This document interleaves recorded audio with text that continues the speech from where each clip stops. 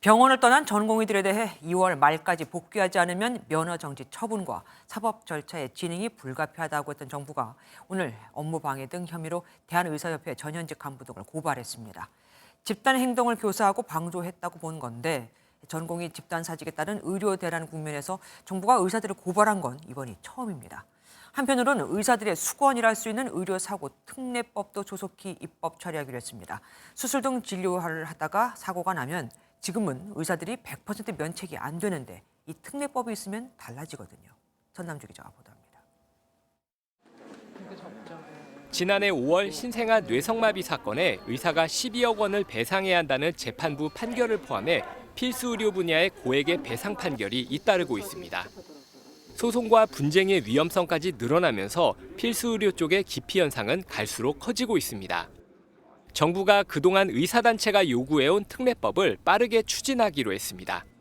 필수 의료 인력이 책임보험과 공제에 가입한 경우 의료과실로 환자에게 상해가 발생해도 피해자가 처벌을 원하지 않으면 공소 제기를 할 수 없는 게 주된 내용입니다. 응급 환자에 대한 의료 행위, 중증 질환, 분만 등 필수 의료 행위의 경우에는 환자에게 중상해가 발생했다고 하더라도 공소를 제기할 수 없도록 안을 마련하였습니다. 정부는 정당한 사유 없이 수련병원과 계약을 갱신하지 않거나 레지던트 과정에 합격했지만 계약 포기 방식으로 진료를 중단하는 행위 등을 금지하는 진료 유지 명령을 발동했습니다. 헌법상 기본권인 직업 선택의 자유를 침해한다는 의료계의 문제 제기에 대해서도 법적으로 문제가 없다고 밝혔습니다. 이번 주부터 50개 수련병원을 대상으로 현장 점검을 하고 3월부터 미복귀자에 대한 사법 처리에 나섭니다. 환자의 곁으로 돌아와서 그리고 의료계의 목소리를 충분하게 내주시기를 부탁을 드립니다.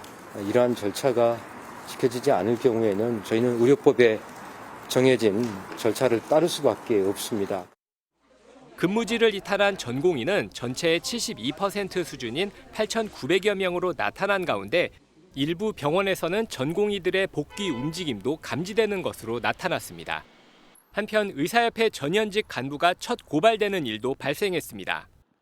정부와 경찰에 따르면 보건복지부는 오늘 오후 경찰의 의협 비대위 관계자 등 5명을 고발했습니다. 복지부는 이들이 전공의들의 집단 사직을 지지하고 집단 행동을 교사하고 방조한 것으로 보고 있습니다. MBN 뉴스 전남주입니다.